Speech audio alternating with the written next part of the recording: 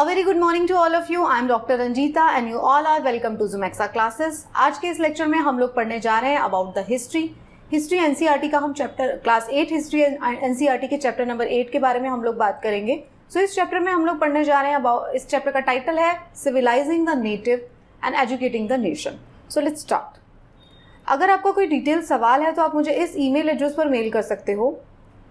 ये मेरा Instagram handle है और ये मेरे टेलीग्राम चैनल का लिंक आपको दिया गया है. इस टेलीग्राम चैनल पर आपको मेरे सभी लेक्चर्स के पीडीएफ मिल जाएंगे जिनको आप रिवीजन के लिए डाउनलोड कर सकते हो. अगर आप चाहते हैं मेरे बाकी के लेक्चर सीरीज भी देखना तो वो सब भी आपको इसी टेलीग्राम चैनल पर मिलेंगे.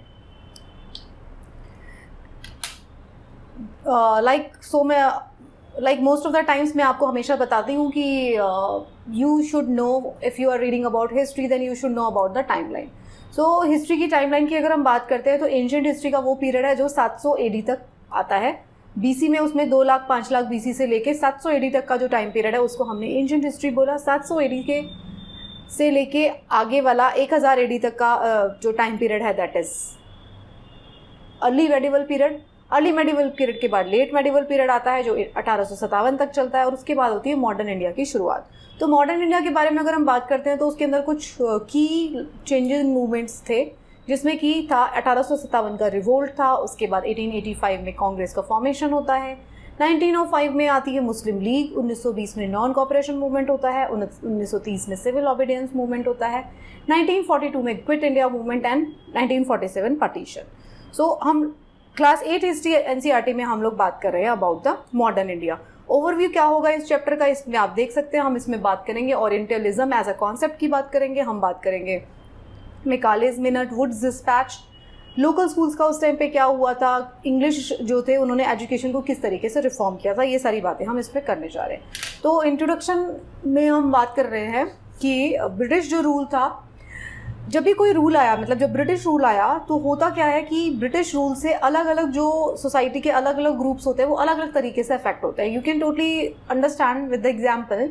फॉर एग्जाम्पल अगर मैं बात करती हूँ कि पेट्रोल के प्राइसेस बढ़ गए हैं, जो अभी बढ़ रहे हैं, तो पेट्रोल के प्राइसेस से कौन सबसे ज़्यादा अफेक्टेड है? पेट्रोल के प्राइसेस से गरीब जनता और मिडिल क्लास जो है वो सबसे ज़्यादा अफेक्टेड है.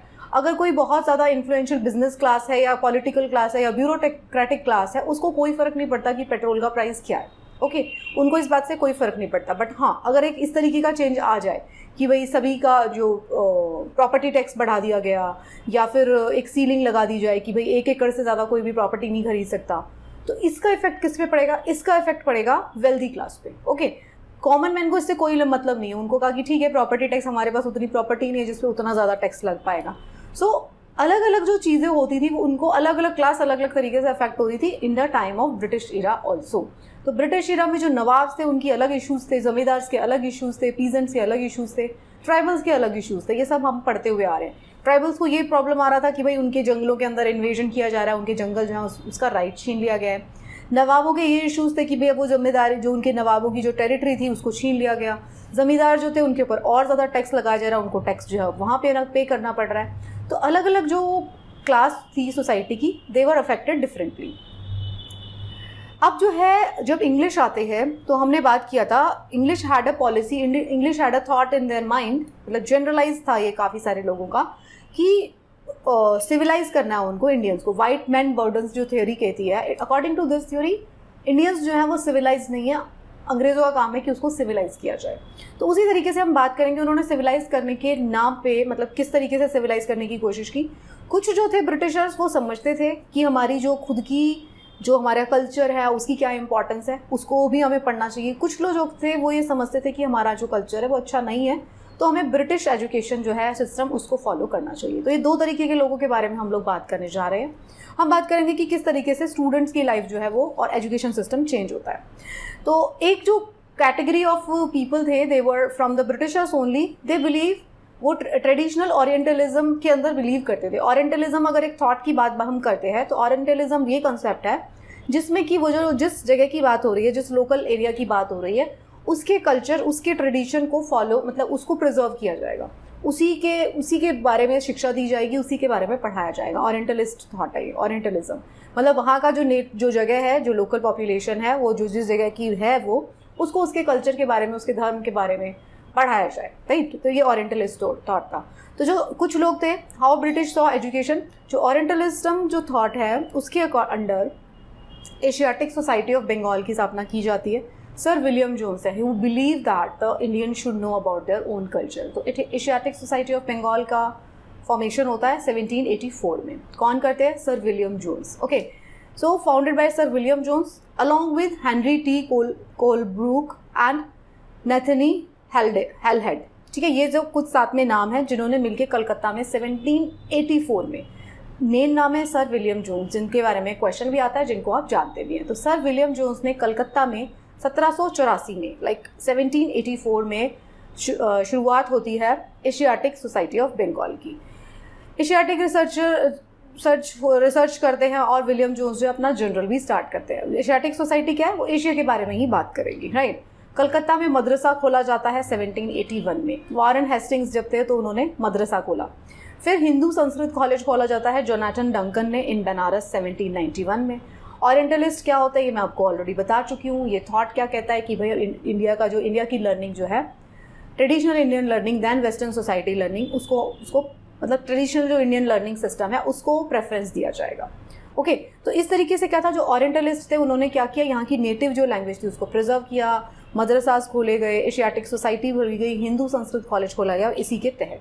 अब क्या होता है, एक जो कैटेगरी ऑफ द पीपल है among Britishers, they believe that, वो क्रिटिसाइज करते हैं ओरिएंटलिस्ट को। वो कहते हैं कि जो नॉलेज है, ईस्टर्न जो नॉलेज है, लाइक इंडिया और एशिया की जो नॉलेज है, that is full of errors. उसको बताते हैं कि वो अनसाइंटिफिक है, उसके अंदर साइंटिफिक थॉट्स नहीं, अभी भी सती प्रथा को मतलब किया जा रहा है प्रैक्टिस। जो ईस्टर्न जो लिटरेचर है वो भी नॉन सीरियस है और लाइट हार्टेड है। उन्होंने ये कहा कि जो हमारा लिटरेचर है वो भी अच्छा नहीं है, हमारी जो नॉलेज है वो अनसाइंटिफिक है, और जो उसके अंदर बहुत सारी गलतियां हैं, बहुत सारी कमियां हैं। तो उन्होंने ये कहा। तो जेम्स मिल जो है प्रोपाउंडर है इंग्लिश जो सिस्टम ऑफ एजुकेशन के लिए। तो जेम्स मिल कहते हैं the aim of the education should be to teach useful and practical things. वो कहते हैं कि भाई एशियाटिक जो लैंग्वेज है या जो इंडिया की जो कल्चर है या जो एजुकेशन है वो बहुत सारी एरर्स है उसके अंदर। तो एजुकेशन सिस्टम इस तरीके से होना चाहिए कि हमारा साइंटिफिक टेम्परामेंट डेवलप हो पाए। बहुत सारी हद तक ही वॉज राइट, हमारा साइंटिफिक टेम्परामेंट डेवलप होना चाहिए, तभी वो एक अच्छा एजुकेशन सिस्टम होगा। सो उन्होंने कहा कि इंडियन जो स्टूडेंट्स हैं उनको साइंटिफिक और टेक्निकल नॉलेज से फेमिलियर होना चाहिए।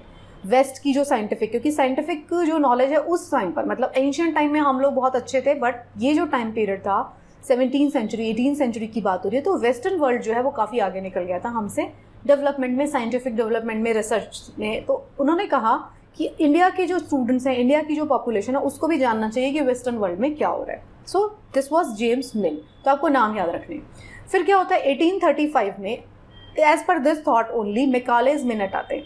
अभी ओरिएंटलिस्ट की हमने बात की, वो अलग तरीके से डेवलप हो रहे थे। ओरिएंटलिस्ट ने क्या क्या किया, 1784 में क्या हो रहा है, एशियाटिक सोसाइटी की स्थापना हो रही है, Calcutta Madrasa, Hindu Sanskrit college. Okay, James Mill जो है, अब आपको जेम्स मिल के बारे में क्यों बता रही हूँ, जेम्स मिल के थॉट क्या थे ये आपको पता होना चाहिए। एग्जाम में आपको स्टेटमेंट्स मिल सकते हैं कि James Mill was a propounder of orientalism, गलत हो जाएगा। No, he used to say that English जो लैंग्वेज है वो पढ़नी चाहिए और वेस्टर्न जो टेक्निकल लैंग्वेज है और साइंस है उसके बारे में हमको जानना चाहिए। 1835 में फिर आते हैं मैकालेज मिनट। मैकालेज मिनट क्या कहते हैं, थॉमस बेबिंगटन मैकाले हैं, उन्होंने बोला कि जो इंग्लिश की नॉलेज है उससे क्या होगा, अगर इंग्लिश पढ़ेंगे इंडिया के लोग तो उससे क्या होगा कि वो वेस्टर्न वर्ल्ड के लिटरेचर को पढ़ पाएंगे, वहाँ पे साइंटिफिक क्या डेवलपमेंट हो रही है उसको जान पाएंगे, वो उनकी फिलॉसफीज़ को पढ़ पाएंगे और ज़्यादा सिविलाइज हो पाएंगे। उन्होंने कहा कि इंग्लिश को जानना जो है इंडियंस के लिए बहुत ज़्यादा ज़रूरी है। English should be known as a language, ताकि हम लोग जो है बाहर के टेक्स्ट को पढ़ पाएँ, वेस्टर्न टेक्स्ट को पढ़ पाएँ जो कि इंग्लिश में लिखे गए हैं। तो काफ़ी हद तक ये भी ठीक थे। मैकालेज मिनट में मैकाले ने बोला कि हमें इंग्लिश जो है उसके बारे में जानना बहुत ज़रूरी है। तो थॉमस मैकाले के मैकालेज मिनट आते हैं 1835 में।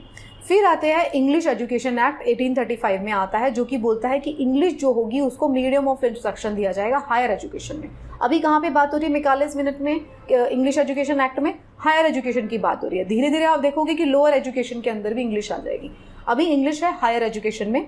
To stop the promotion of oriental institution, अभी जो ये वाला जो एक्ट आया था ना 1835 में, जो एक्ट आया था उसने क्या कहा कि भाई अब जो आप मदरसा को जो प्रमोट कर रहे हैं, मदरसा को, हिंदू कॉलेजेस को, और इनको प्रमोशन देना बंद करो। और मतलब उस एक्ट के अंदर था कि उनको प्रमोट नहीं करेंगे, हम किसको प्रमोट करेंगे, हम इंग्लिश एजुकेशन को प्रमोट करेंगे। इंग्लिश टेक्स्ट बुक्स लगाई जाएंगी स्कूल में, हायर एजुकेशन में मीडियम हो जाएगा इंग्लिश।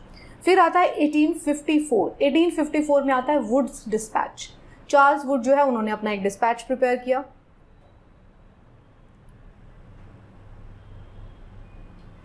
चार्ल्स वुड जो है उन्होंने अपना डिस्पैच प्रिपेयर किया। इसमें क्या होता है, चार्ल्स वुड का जो डिस्पैच है उसके हिसाब से होता क्या है, उसको बोला जाता है Magna carta of English education. जो चार्ल्स वुड का जो डिस्पैच है उसे हम Magna carta of English education कहते हैं। क्यों ऐसा होता है, वो जो है यूरोपियन लर्निंग जो है उसको, यूरोपियन लर्निंग वुड हेल्प, वो मतलब उसके बारे में वो बोलते हैं कि यूरोपियन लर्निंग आना क्यों ज़रूरी है। तो यूरोपियन लर्निंग आना इसलिए ज़रूरी है कि एक तो पहली वही बात जो पहले कही गई थी कि आप टेक्निकल और फिलोसॉफिकल जो जितनी भी बुक्स है उनको आप पढ़ पाओगे, साइंटिफिक नॉलेज जो है उसको गेन कर पाओगे। साथ में यूरोपियन लर्निंग की वजह से क्या होगा, expansion of trade and commerce होगा। जो इंडिया के जो लोग हैं वो अगर इंग्लिश जानते होंगे तो वो उनके लिए बहुत अच्छे से एम्प्लॉयबल होंगे। It would also change the taste and desires of Indian. वो इंडियन का टेस्ट और डिज़ायर भी चेंज हो जाएगा। आप अभी भी देख सकते हैं जो लोग इंग्लिश में बात करते हैं उनके वो इंग्लिश गाने सुनना पसंद करेंगे, इंग्लिश वाली सारी चीज़ों को पहनना खाना पसंद करते हैं, राइट। तो उनका टेस्ट भी चेंज हो जाता है, इन विच दे वर राइट। तो इससे क्या होगा कि ब्रिटिश गुड्स की जो है वो डिमांड बढ़ेगी। वो मतलब उसके पीछे थॉट्स थे। It would also improve the moral character of Indian and supply the company with civil servant. जब सिविल सर्विसेज की शुरुआत होती है, सिविल सर्वेंट्स लिए जाते हैं पहली बार, तो उनको ऐसे लोग चाहिए थे जो उनके सिस्टम को अच्छे से समझ पाएँ, उनके रूल्स एंड रेगुलेशंस को पढ़ पाएँ, इंग्लिश जानते हो, उनका टेस्ट जो हो वो भी इंग्लिश हो। तो क्योंकि ये उनके फेवर में था, इंग्लिश एजुकेशन को प्रमोट करना उनके फेवर में था, इसलिए उन्होंने वुड्स डिस्पैच में इंग्लिश एजुकेशन को इतना ज़्यादा प्रमोट किया।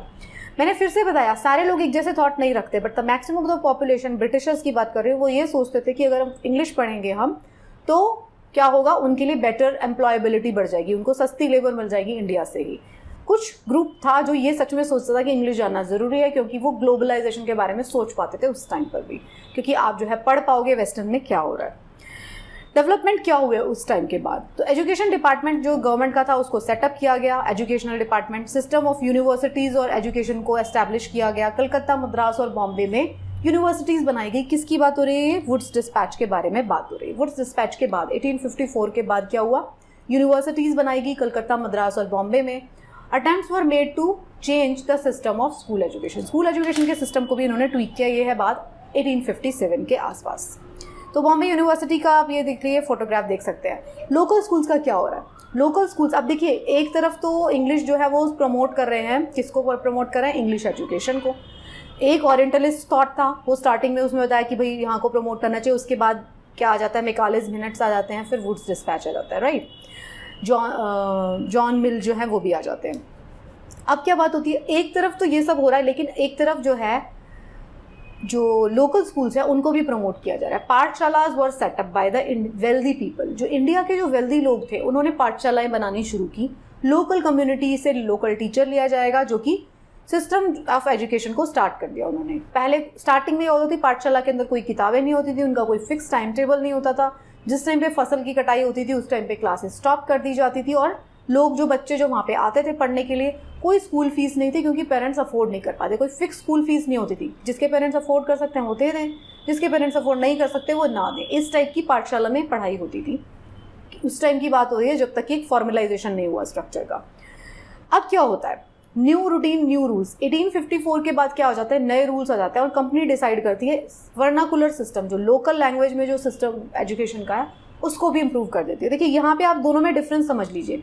वर्नाकुलर सिस्टम जो था लैंग्वेज का पढ़ने का, उससे पहले भी पाठशालाएं थी, वो एक अलग तरीके से चलती थी। No fees, no fix classes and local teacher पढ़ाते थे। अब क्या हुआ, उन्होंने उसको फॉर्मलाइज कर दिया 1854 के बाद। उन्होंने कहा वर्नाकुलर लैंग्वेज में तो पढ़ाई होगी, आपकी खुद की लैंग्वेज में। जो हिंदी जानता है हिंदी में पढ़ेगा, मराठी मराठी में, तमिलियन तमिल में पढ़ेगा, राइट। लेकिन क्या होगा, उन्होंने गवर्नमेंट पंडित्स को अपॉइंट कर दिया, जिनको 4-5 स्कूलों का चार्ज दे दिया गया। उन्होंने बोला कि एक पीरियोडिक टाइम टेबल बनाना पड़ेगा, क्लासेस जो होंगी अकॉर्डिंग टू टाइम टेबल होंगी, टेक्स्ट बुक्स पढ़ाई जाएंगी क्लासेस में। ऐसा नहीं कि जो जिसके मन में आ रहा है चलो आज ये पढ़ाने का मन है पढ़ा दिया, कोई किताब नहीं है। एक एग्जाम लिया जाएगा एनुअल, किताबों से पढ़ाई की जाएगी, फिक्स टाइम टेबल होगा, स्कूल आवर्स फिक्स होंगे और रेगुलर फीस की पेमेंट की जाएगी। अब इससे क्या हुआ, पहले क्या होता था, रेगुलर फीस नहीं दी जा रही तो कोई भी क्लासेस में आ सकता है, गरीब इंसान का बच्चा भी आ रहा है, लेकिन अब जो सिस्टम में रेगुलराइजेशन हो रही है तो उसकी वजह से क्या हो रहा है, उसकी वजह से ये हो रहा है कि जो गरीब लोग हैं, जनता, वो अपने बच्चों को स्कूल नहीं भेज पा रही। तो जो पुअर किसान थे, जो पुअर लोग थे, उनके बच्चों की पढ़ाई से वो कट गए उस time. The agenda for a national education, Mahatma Gandhi के क्या व्यूज थे? महात्मा गांधी और रविंद्रनाथ टैगोर के व्यूज के बारे में हम बात करेंगे। महात्मा गांधी जब उस टाइम पे आते हैं तो उनके व्यूज होते हैं अबाउट द इंग्लिश एजुकेशन। वो ये कहते हैं कि कॉलोनियल जो एजुकेशन है उसने हमारे को एनस्लेव बना दिया। तो महात्मा गांधी कहते हैं कि हमें जो कॉलोनियल एजुकेशनल सिस्टम है, उनके कॉलेज, उनके स्कूल्स को बायकॉट करना चाहिए, हमें अपने वर्नाकुलर लैंग्वेज में पढ़ना चाहिए, राइट। नेशनल मूवमेंट में उन्होंने बोला कि स्टूडेंट्स को कि आप ब्रिटिश स्कूल्स को छोड़ दीजिए, ब्रिटिश एजुकेशनल इंस्टीट्यूट को छोड़ दीजिए। उन्होंने कहा कि वर्नाकुलर लैंग्वेज में पढ़ाई करिए।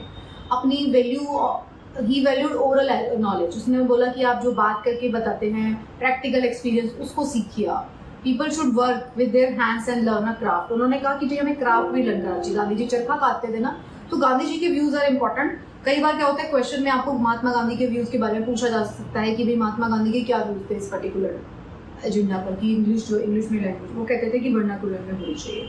On the other hand Rabindranath Tagore क्या कहते थे? रविंद्रनाथ टैगोर कहते थे यस, वर्नाकुलर लैंग्वेज में आपको लर्न करनी है, एजुकेशन सिस्टम लेना है, बट इसका मतलब ये नहीं है कि आप इंग्लिश पढ़ना बंद कर दीजिए। उनके थॉट जो थे ब्लैंक थे दोनों के, मतलब मिले जुले। उन्होंने शांति निकेतन की स्थापना की थी 1901 में। तो उन्होंने क्या कहता है, एग्जिस्टिंग स्कूल जो है क्रिएटिविटी फील कर रहे हैं, तो क्रिएटिव तो होना चाहिए बच्चों को। बट टैगोर ने क्या बोला था, combined element of modern and western civilization with Indian tradition. उन्होंने कहा इंडियन ट्रेडिशन को तो सीखो आप, उसको भूलना नहीं है, लेकिन साथ में आपको वेस्टर्न कल्चर, वेस्टर्न एजुकेशन, उसके बारे में भी पता होना चाहिए। ऐसा नहीं है कि अगर आप सिर्फ और सिर्फ अपने कल्चर को प्रैक्टिस कर रहे हैं तो दूसरे कल्चर को गाली देंगे, नो। उन्होंने कहा इंग्लिश भी सीखना है हमको, अपने खुद के जो ट्रेडिशन है, खुद का कल्चर है, म्यूजिक, आर्ट, क्राफ्ट, उस सबको भी लर्न करना है। तो ये दोनों के व्यूज में डिफरेंस है। बाकी जगह पे क्या हो रहा है, इस टाइम पे इंग्लैंड में क्या हो रहा था? देखो इंग्लैंड में ना, जैसे इंग्लैंड जो है हमें सिविलाइज करने की बात कर रहा था, लेकिन इंग्लैंड की भी अगर आप बात जानने की कोशिश करिए तो इंग्लैंड में भी स्टार्टिंग में चाइल्ड लेबर प्रैक्टिस की जाती थी। जो चाइल्ड लेबर प्रैक्टिस की जाती थी, वो जो बच्चे लेबर में इन्वॉल्व थे, वो बच्चे अपना स्कूल मिस कर रहे थे, वो अपने स्कूल नहीं जा पा रहे थे और वो लेबर में इन्वॉल्व थे, क्योंकि वहाँ पे इंडस्ट्रियल रेवोल्यूशन आ गया था, उनको बहुत सारी लेबर की जरूरत थी। नंबर ऑफ स्कूल्स थे वो बहुत लिमिटेड थे, वो चर्च के द्वारा रन किए जाते थे, and only the wealthy people can attend the school. Elementary education act आता है इंग्लैंड में 1870 में। उसके बाद 1870 के बाद इंग्लैंड के अंदर कंपलसरी जो है हो जाती है एजुकेशन। आप समझिए कि इंडिया को ये बोल रहे हैं कि आप जो है अनसिविलाइज्ड है, आपकी अनसाइंटिफिक लैंग्वेज है। आप अपने यहाँ, अपने खुद के इंग्लैंड में 1870 में लेकर आए हैं एक्ट, जिसकी वजह से एजुकेशन कंपलसरी हो पाई है। सो कितना स्टार्क डिफरेंस है दोनों मेंटालिटी में, राइट। तो आप ये समझने की कोशिश करिए कि इंग्लिश एजुकेशन जो इंडिया के अंदर आई है, उसका होल पर्पस इंडियंस को एजुकेट करना नहीं था। उसका होल पर्पस मेजरली जो पर्पस था वो इंडियंस को एम्प्लॉयबल बनाना था। इंडियंस ताकि एम्प्लॉयबल बन जाए, उनके यहाँ से चीप लेबर दे पाए। दूसरा जो है, इंडियंस क्या करें, उनका टेस्ट, उनकी डिमांड सब चेंज हो जाए, ताकि वो इंडिया एक मार्केट बन जाए, इंग्लैंड के लिए एक मार्केट का काम करें। तो ये जो उनके पीछे थॉट था, 100% लोगों का ये थॉट नहीं था। कुछ लोग जो थे उसमें से जेन्युइन भी थे, वो समझते थे कि हमें वेस्टर्न एजुकेशन को लेना इसलिए जरूरी है ताकि हम वेस्टर्न कल्चर को, वेस्टर्न साइंस को समझ पाए। So thank you so much, that's it for this chapter. I hope आपको ये चैप्टर समझ में आया होगा and you will be able to solve the questions also. Best of luck from my side.